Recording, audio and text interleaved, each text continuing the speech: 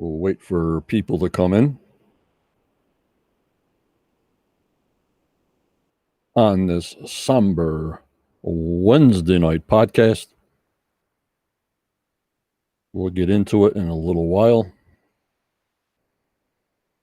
Make sure everybody can hear me. Make sure everybody can see me. That's the standard, as you guys know.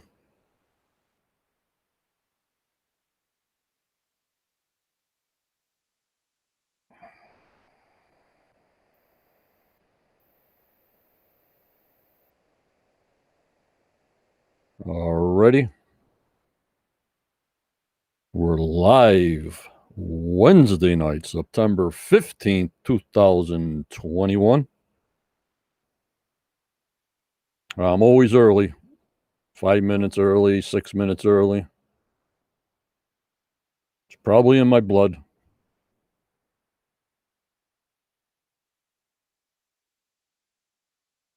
It's the way I'm made.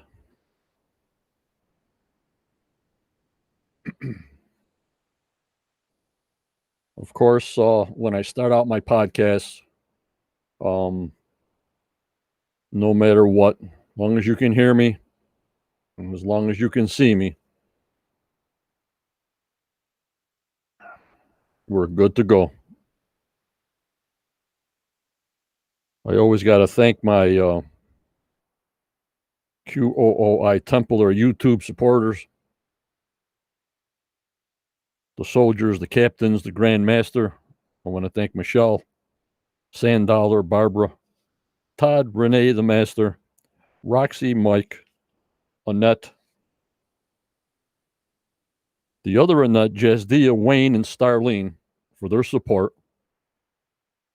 And the extra support always, the ones are Judy and Barbara, Daniel and Mike for that extra support. And we also have our soldiers, because every little bit helps, is Tammy and Mark and David and Scott, Ken and Curtis, Michelle and Dana, Josh, Virginia, Jean and Cindy. I thank you guys so much. I want to thank my moderators, Tammy, Judy, Renee, Michelle, Daniel, and Starlene. Our call-in number is 1-323-813-4135. When you see the number scrolling, that's the only time to make a call. I only can take one call at a time. I want to thank all my Quest of Oak Island Facebook group members, my YouTube channel members, and my host channel, Anchor Host, that relays this podcast all over the world. All over. It's just unbelievable. It's just unbelievable, guys.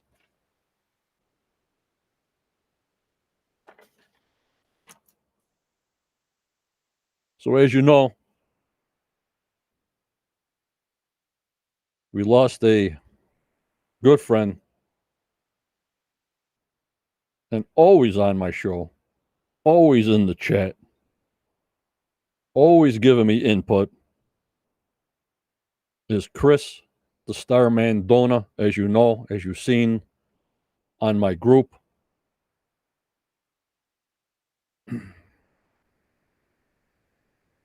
It's just a big loss to the greatness of his knowledge to the Oak Island community. So sorry to his wife, Angie, and family for his loss.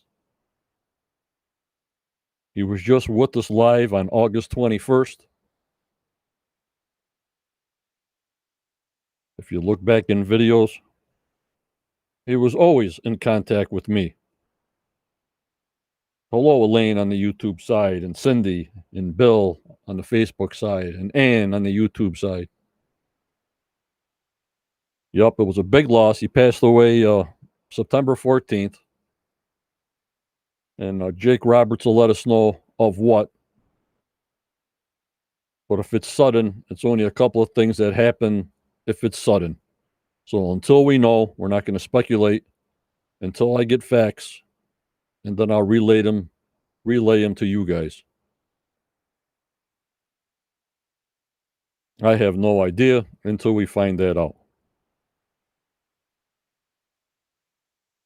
But just unbelievable how things happen. Tomorrow was never given. Hi, Neil. Thanks for coming in. He was such a fantastic contributor to my group. He would apologize if he couldn't make a live show, say on a Wednesday or a Saturday. I said, Chris, don't worry about it. It's online. Watch it at any time. Well, I'm so sorry I can't be there live. The guy was just unbelievable. Hello, Professor. How are you? Hello, Curtis Bennett. Patrick. How you guys doing? It's just unbelievable how things happen. You know, tragedies happen. Daily life happens. Life is a battle, as you know, as you get older. You know, I've gone through it. And it's just a tough situation. No matter what.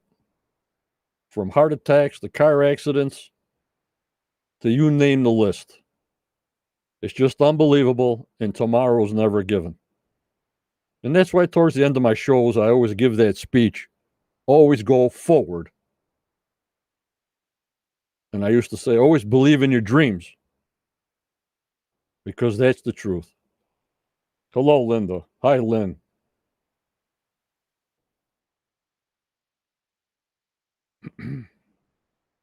Well, like I said, he's in my videos for life. Chris will always be with us in life. And it's just a sad thing. Just yesterday itself. Hi, Penny. How are you? It's just a sad thing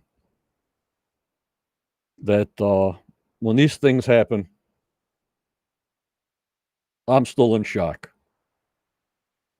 I just talked to him the other day. And we PM all the time, talking baseball, talking Oak Island, talking everything. And he was a fantastic researcher for Oak Island. Not only the Stromley, that's why I called him the Starman, but in every detail, Chris was specifically honed in. Like if I said, oh, what about this rock near the cave-in pit?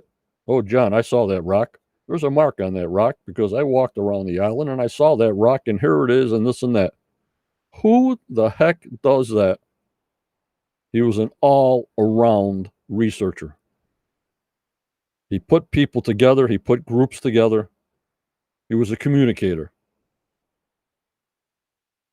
Hello, Barbara. How are you? And Elaine says, agree there, John. Always go forward and hang on to those dreams. You got that right. And when I posted, hi, Tom Burns. When I posted yesterday, somehow my Facebook, I don't know, it's like getting an hour behind on post. And then Jake Roberts shared a post. His post got over 20,000 views, 270 comments, over 1,000 engagements. The post I put on was 22,000 views, 100 comments, over 700 engagements. So there's a lot of people that care about Chris. Hello, Judy.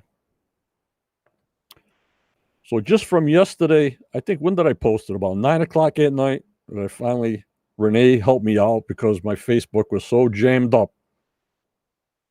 We got almost 70,000 views with Chris, over 500 comments, and over 2,500 engagements of people that care about him. Unbelievable. You guys are unbelievable. We always talked about baseball because I was a pitcher, he was a pitcher. We would laugh. What would you do, Chris, if the guy squared around the bunt? I'd hit him in the head, John. So did I. They used to call me Beamer. Oh, we laughed like crazy. And then when he got his T-shirt, I said, well, Jake is large, this person's medium, because I want to surprise them. I don't want to ask them what size they are. So I sent Chris an XL. Oh, we laughed. He goes, yeah, I need an XL. How about 3Xs? So that was the picture that he sent. It was just fantastic. It was just fantastic. I guess we're going to try to put a little tribute together for Chris. Try to get some material together. I have no idea. And because he's part of us, and he always will be. Daniel Spina, when we had those coordinates for the mineral deposits, he PM'd me for the coordinates. He quickly checked and said back to me, are you sure, Daniel? Those are the coordinates of the OP interpreter. Yeah, he's unbelievable, Chris. He would always be in my live shows, PMing me, sending me pictures, and I would say, Chris, I'm live. It's so hard for me if somebody sends me a picture on a PM, I'd have to download that, copy and paste, edit, download it to Be Live so you guys see it. I'm going, Chris, oh my lordy 40. So we used to laugh, just laugh. Yep, Judy. Yep, Penny. You got that right. But like I said, we're going to try to get something together and do a tribute. I mean, I have, I don't know, must be 6-8 hours of video of him. He was on a lot. Yup, Daniel. He shared whatever research he had, he let it go. For whatever reason, you got it. You need it, you got it. If he can't say, he can't say. But like I was going to save this for the tribute post. But how I met Chris, I never told you guys. I finally got an email from Chris. Hi, Linda. How are you? Yep, we're all shocked. And in the email, Chris said, I mean, I delete all my emails because I get so many emails. I don't archive nothing. I read it once or whatever, and I just delete everything. I think he said sort of, John, I think I got something of interest for you on your show. And I said, who the hell is this Chris Donah? Never saw him. Whatever episode he was on, on the table, it just went by.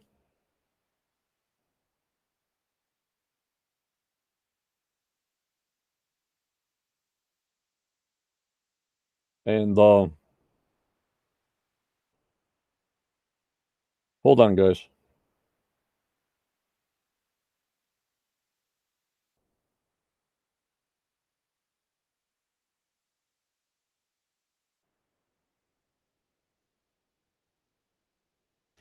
Oh boy.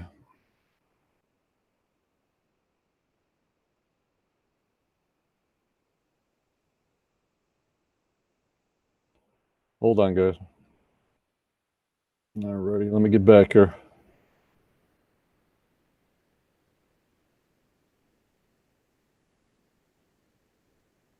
Yep, he knew one person can't solve the mystery. It had to be a group effort. He encouraged everyone to work together. Yep. Unbelievable. Michael, shocked to hear what happened. Well, like I'm saying, tomorrow's never given, no matter what happens. Accidental, medical, all kinds of things happen in this crazy COVID world. You just got to be tough. You got to be strong. You got to be positive, and you got to go forward. Otherwise, what is there? You got to be tough. No matter how hard it is, you got to be tough. I'm not no preacher, but I've gone through a lot. And just keep it going, no matter what. Okay. He loved his baseball. He was a pitcher. I was a pitcher. So then Chris got through me, like I'm saying, on an email. And I said, who's this Chris Donah? I have no idea who this guy is. How many times you see people on the table, but it doesn't ring a bell when they're trying to contact you. So me with my PMs and emails, and I'm not tech savvy, guys. Um, guess where his connection was to me? You'll never guess in my PMs. On Facebook now, in my personal messages, that I never looked. I mean, I look now, but I never looked. It was in the spam folder that I never checked. I said, oh my lordy 40. I never look in that spam folder. Why should I? A lot of things I delete, a lot of things I don't watch because of hacking and such. Hello, Ann. And it was in the spam folder.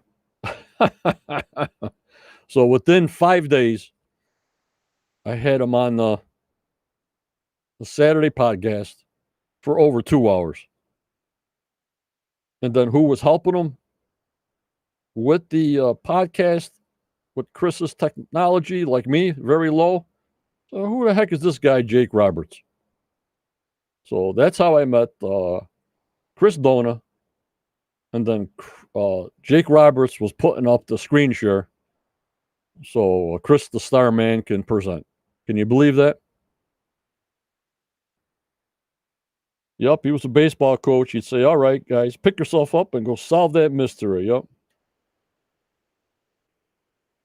Yep, Linda. It's true. It's true. It's just unbelievable.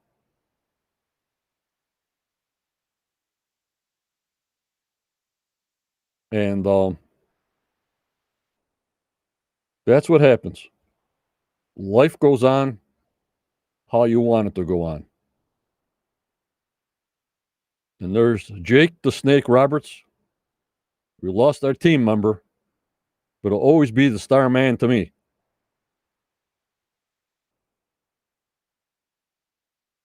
And sorry for your big loss, Jake. I know how close you guys were. I feel close, and I'm not even a third close that you were.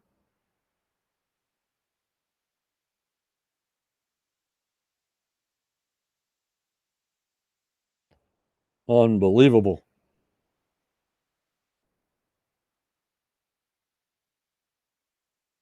But where am I here?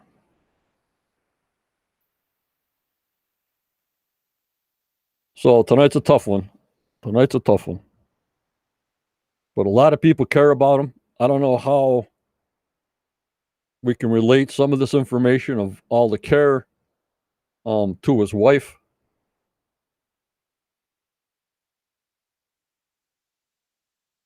Thanks, Rob. No, Jake. But like I said, over 70,000 views, all for Chris. All from Chris.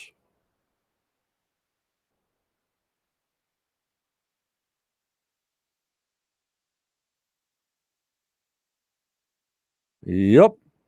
Maybe he's got some answers now, Linda. Maybe he's got some answers. Well, I'm going to put up some pictures, and we'll have a little moment of silence while we show these pictures.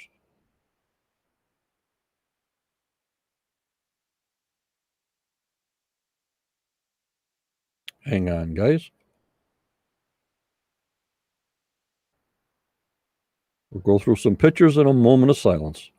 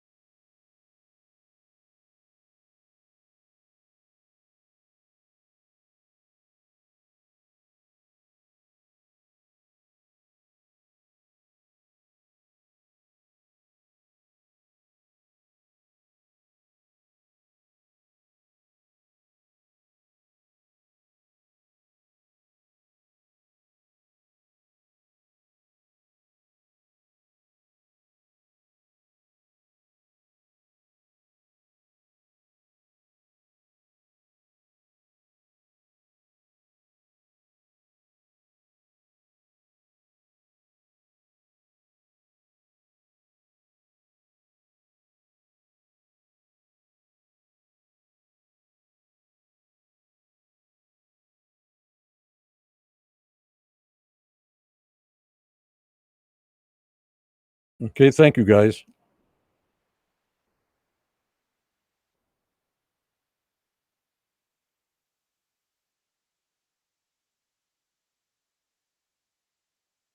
Let me see here.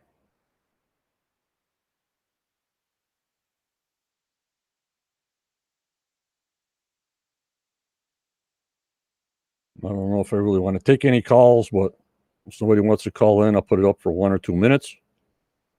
Then we'll show the professor's video, and then we'll end it.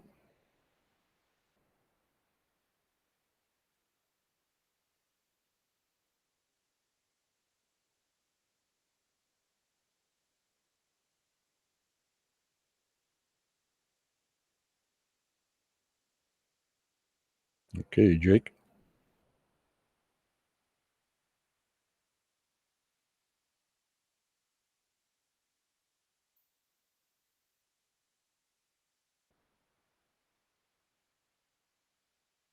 I got one more clip of Chris after the end here.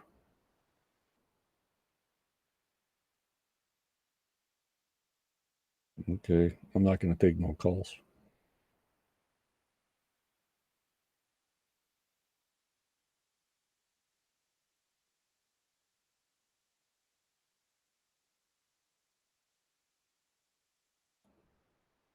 We'll just put up these things here.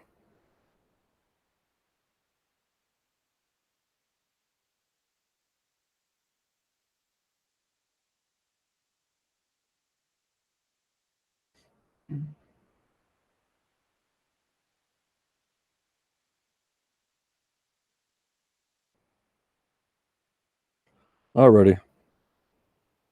I need a little break here. I'm going to show Daniel Spino's video for the week. Phew, and we'll go from there.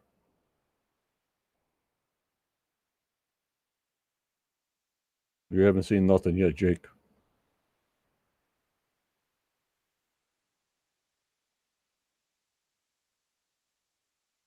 Or should I put it up now?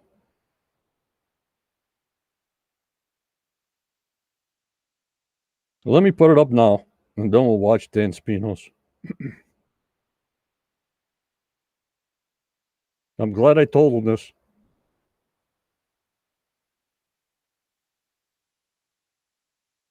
Ready?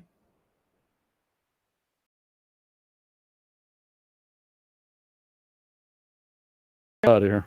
Yeah, I would just like to thank I'm so all the glad members. we had this time together. Carol Burnett.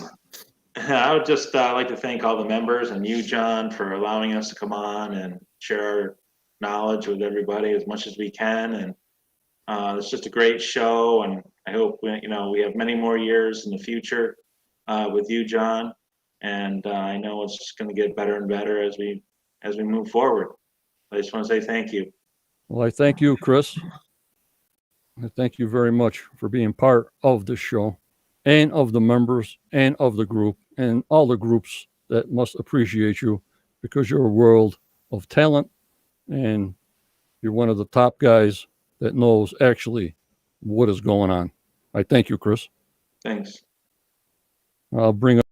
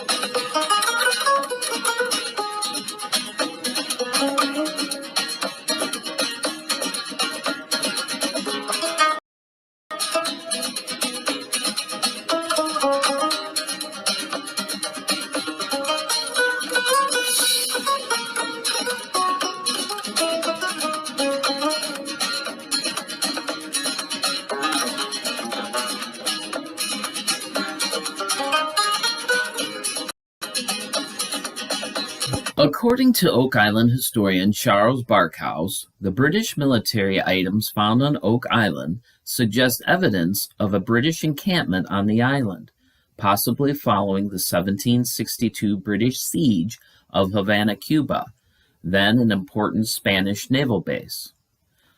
During the siege, the British looted millions in gold from the Spanish.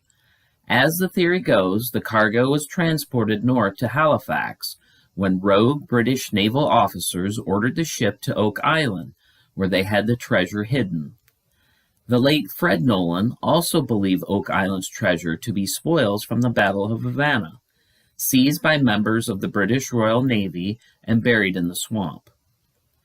Nolan discovered an old carved stone surveyor's monument in the Oak Island woods sometime in early 1977. The stone had chisel scars and scorch marks and had a shape vaguely suggestive of a Spanish treasure galleon. This discovery was purely accidental, Nolan said. We were following a survey line from one of our other reference points which led us right through the woods. I was crawling along on my hands and knees and came across a stone sticking out of the ground directly along the survey line. We felt the monument was placed in its position for a purpose. After placing the stone marker on a survey map of the island, Nolan became convinced of two things: that whoever buried the Oak Island treasure had training as a surveyor and were almost certainly former Army or Navy personnel, and that the bulk of the treasure was actually buried in the swamp. Another interesting theory suggests the story of the Oak Island money pit was part of the siege of Havana. This theory states that the siege was planned by a group that included high-ranking British naval officers who were also high-level Freemasons and belonged to the Masonic Premier Grand Lodge of England. These Masons were members of the Whig Party opposed to the next successor to the throne, the unstable King George III. These members were identified as Washington Shirley, 5th Earl Ferrers, Vice Admiral, Grand Master of the Masonic Lodge, Premier Grand Lodge of England. Ferrers was an astronomer and owned his own orrery. In 1761, Ferrers had been elected to the Royal Society for his work on the observations of the transit of Venus. Ferrers purchased the painting entitled "A Philosopher Giving a Lecture on the Orrery, in which a lamp is put in place of the sun," and is pictured on the right of the painting. George, Lord Ensign, Admiral of the Fleet. His suggestion was for the British to attack Havana. Also a member of the Royal Society, Anson is familiar to us from his family's involvement with the Shepherds of Arcadia monument at Sherbrooke Hall. It is suspected that the Ansons were involved with Oak Island. George Keppel, 3rd Earl of Albemarle, Commander-in-Chief of the Army to attack Havana with the rank of Lieutenant General. He was a protege of Prince William Augustus, Duke of Cumberland. He also fought at the Battle of Culloden during the Jacobite Rebellion with his father William, 2nd Duke of Albemarle, and carried the dispatch of Cumberland's success to London. His father William was also associated with Madame de Pompadour, mistress of King Louis XV, who was also associated with the Anson family, Count Saint-Germain, and others. Augustus Keppel, 1st Viscount Keppel, Rear Admiral, brother to George Keppel. He entered the Royal Navy and was appointed to the Centurion and sent with George Anson around the world in 1740. He lost many of his teeth due to scurvy that was prevalent on the voyage. His health suffered from yellow fever, which affected an immense proportion of the soldiers and sailors in Cuba. He was awarded £25,000 of prize money from the Spanish spoils. William Keppel, Lieutenant General, served with his brothers George and Augustus Keppel in the British expedition in Havana and directed the storming of Morro Castle. In 1763, he succeeded Albemarle as British governor of Cuba. The island was returned to Spain in July 1763. George Pocock, Admiral, commander of the fleet in the invasion of Havana. The money value of the prize money was enormous. Pocock's portion alone as naval commander-in-chief was 122,697 pounds, which was the same as Albemarle's. Pocock resigned his commission within a few years afterwards. Benjamin Franklin, first Grand Master of Pennsylvania, who met in 1760 with Washington Shirley, the Grand Master of England, to discuss the plan. We are very familiar with Franklin and his background. The theory states that the plot originated due to the concern of the imminent invasion of England during the 7 Years' War by the joint forces of France and Spain. Spain outlawed all forms of secret organizations, including Freemasonry. The plan was to direct a fortune to the New World to enable the transfer of the Masonic organization if and when the situation was necessary. Their plan entailed the capture of Havana's Morro Castle, which was the Fort Knox of New Spain, holding the South and Central America's gold supply prior to its shipment to Spain. Once acquired, a portion of the treasure could be taken and hidden somewhere. The invasion of Havana was under the command of George Keppel and his two brothers, Augustus and William Keppel, commanding the actual attack. They were successful and acquired an unprecedented amount of treasure. They also captured a portion of the Spanish fleet, which were needed to accomplish the plan. Admiral Pocock returned to England with the main fleet carrying a part of the treasure, while Augustus and William Keppel, along with their crew and Masonic engineers, all sworn to secrecy, manned the 8 Spanish galleons and 2 British man-of-war. This treasure was diverted to a small island called Oak Island. The theory explains that the Oak Island treasure was buried based on the Masonic Royal Arch of Enoch's Temple story, consisting of 9 arches going down 9 levels by way of a main shaft. The money pit, which was dug down to the bedrock from the 9th level under tunnel, was constructed, which ran back up to a point above the known waterline, roughly 20 feet underground, and at this point an enormous cavern was built to hold the treasure. The treasure was carted down the main shaft and placed up into this cavern. Once the treasure was secured in the cavern and all the evidence was hidden from the island, it was documented that Keppels sailed back to England and with 2 ships and a small portion of the treasure, claiming that the remainder of the fleet had sunk in a hurricane en route. Other names associated with Havana are interesting in regard to Nova Scotia and Oak Island. Lieutenant Colonel Patrick McKellar was appointed chief engineer of the siege. McKellar had experience from the taking of Louisburg. Another, Joseph Gorham, led Gorham's Rangers at Louisburg. Gorham also had been stationed at Lunenburg and owned 300 acres there. And Benoni Danks, who commanded Danks Rangers.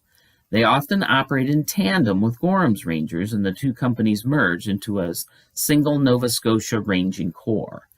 They also took part in the siege. Danks returned to Nova Scotia and in 1767 was named collector of duties on alcohol, tea, coffee, and playing cards. Sympathetic to the American Revolution, Danks was captured after taking part in a rebellion, the Battle of Fort Cumberland, and died at Windsor, Nova Scotia.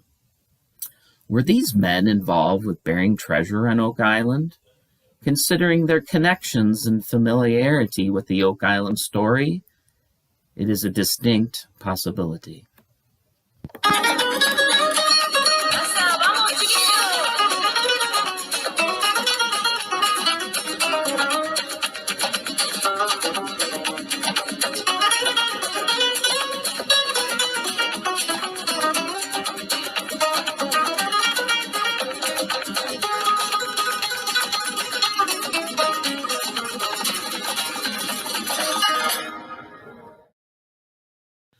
Please join Quest of Oak Island Facebook group and subscribe to Quest of Oak Island podcast on YouTube for more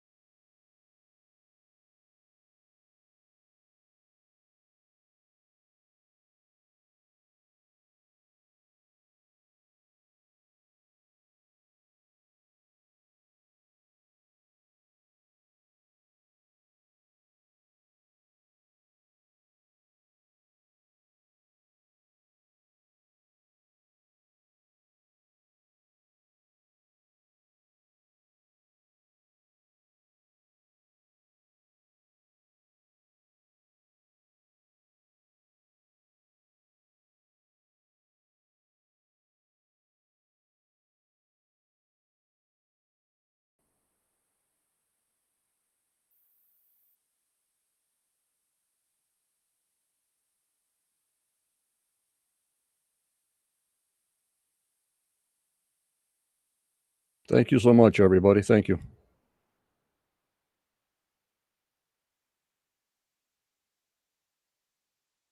The professor does a great job. He does a great job. Well, Chris, the Starman Donah, you are now with the stars. Rest in peace, my friend. Rest in peace.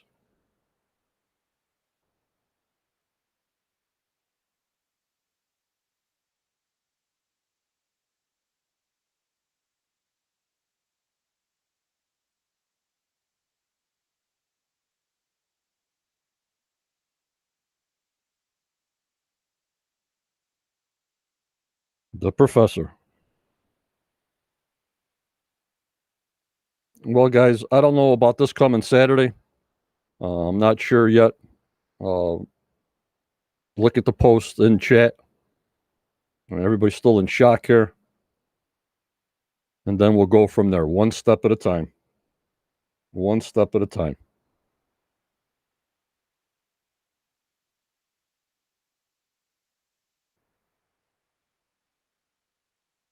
So I'll play that one post one more time.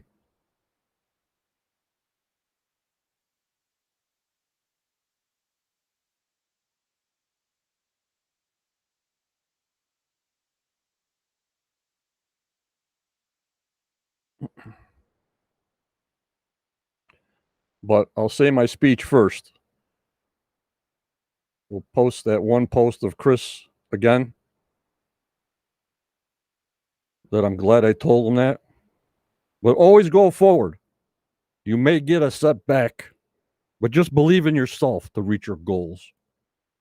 But never give up. Be kind. Keep smiling. Stay strong, you guys. Stay safe. Stay positive. I thank you for joining me tonight. It was a rough one. Thank you for joining. Take care. We'll listen to Chris one more time. And my ending. Thank you, guys.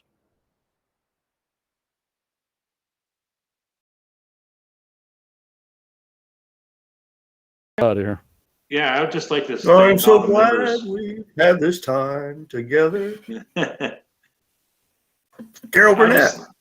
I would just like to thank all the members and you, John, for allowing us to come on and share our knowledge with everybody as much as we can. And it's just a great show, and I hope we have many more years in the future with you, John.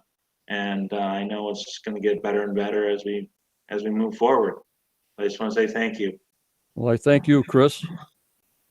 I thank you very much for being part of this show and of the members and of the group and all the groups that must appreciate you because you're a world of talent and you're one of the top guys that knows actually what is going on. I thank you, Chris. Thanks.